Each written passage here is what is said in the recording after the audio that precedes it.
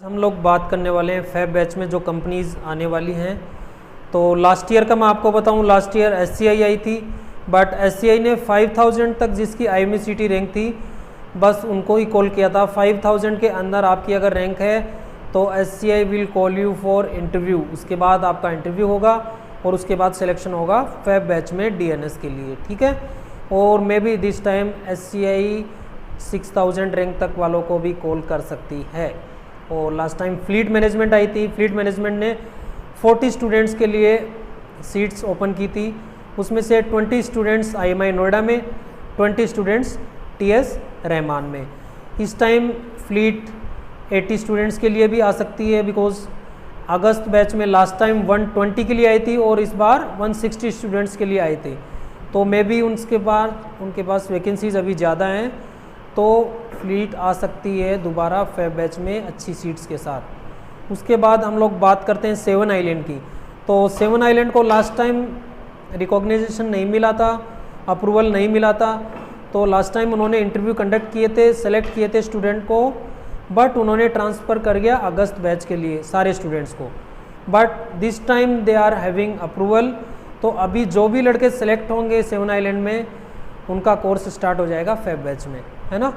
तो 7 island, SCI, fleet और 2 company है जो हर बार साल में 2 बार आती हैं, ग्रेट ईस्टर्न और सिम्स। समुद्रा institute of maritime studies, great eastern institute of maritime studies, दोनों पुणे मुंबई के बीच में है, लोनावला में, आप सबको पता है, ठीक है। तो ग्रेट ईस्टर्न हो गई, सिम्स हो गई, SCI हो गई, फ्लीट हो गई, 7 आइलैंड हो गई। उसके बाद एंग्लो ईस्टर्न भी साल में 2 बार आती है। एंग्लो ईस्टर्न के अभी अगस्त एंड तक आई थिंक फॉर्म्स स्टार्ट हो जाएंगे। पहले साल भर चालू रहते थे, अभी उन्होंने बंद कर रखे हैं, बिकॉज अभी अगस्त बैच का जो एडमिशन प्रोसीजर है वो कंप्लीट कर रहे हैं और अभी जल्दी उनके फॉर्म रिलीज हो जाएंगे। ग्रेट ईस्टर्न और सिम्स के फॉर्म्स ऑलरेडी रिलीज़ हैं, उनकी ऑफिशियल वेबसाइट पे जाके आप फॉर्म फिलअप कर सकते हैं। और लास्ट टाइम स्कॉर्पियो आई थी फैब बैच के लिए, तो Scorpio only for girls, last time सिर्फ और सिर्फ गर्ल्स के लिए आई थी, इस बार बॉयज़ के लिए भी आ सकती है। और सिनर्जी और MSc last time fab batch के लिए नहीं आई थी, इस बार सिनर्जी और MSc भी आ सकती हैं, बिकॉज अगस्त में भी MSc ने काफ़ी स्टूडेंट्स लिए हैं, लास्ट टाइम से 60 स्टूडेंट्स ज़्यादा लिए हैं MSc ने, तो उनके पास अभी डिमांड है और MSc आ सकती है।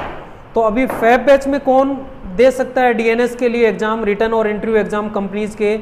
जिस लड़के का IMCT रैंक रिलीज हुआ है विद इन 15,000, जिसका रैंक है IMCT में, वो IMCT में रैंक के बेसिस पे DNS का फॉर्म फिलअप कर सकता है फैब बैच के लिए। कुछ कंपनीज़ की रिक्वायरमेंट है कि IMCT में इतनी रैंक होनी चाहिए, इससे ज़्यादा रैंक वालों को वो लोग नहीं लेते हैं। तो ऐसा एंग्लो में होता है। एंग्लो बोलता है कि जितने भी रैंक रिलीज़ हुई है उसमें 40%, इनिशियल 40% रैंक में आप होने चाहिए। सपोज़ 10,000 तक IMCT ने रैंक रिलीज़ किया तो आप 4,000 तक होने चाहिए, ठीक है। और अभी 15,000 तक किया तो आप 6,000 रैंक तक होने चाहिए, तभी एंग्लो कंसिडर करेगी। अभी आपका इंटरव्यू बहुत अच्छा है तो they might consider you in higher rank also, ठीक है। SCI का मैंने आपको बताया लास्ट टाइम 5000 रैंक तक उन्होंने कॉल किया था इंटरव्यू के लिए। इस बार I don't know, they might change their criteria, वो 7000 तक भी बुला सकते हैं, 8000 तक भी बुला सकते हैं। बाकी कंपनीज़ में अभी तक ऐसा कोई रिक्वायरमेंट नहीं है।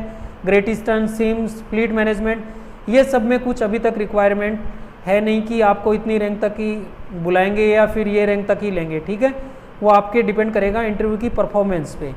एमएड चेन्नई के फॉर्म भी जल्दी रिलीज़ होने वाले हैं, तो एमएड चेन्नई की वेबसाइट को आप कंटिन्यूस मॉनिटर करते रहिए, तो वहाँ भी आपको फॉर्म भरना है, ठीक है।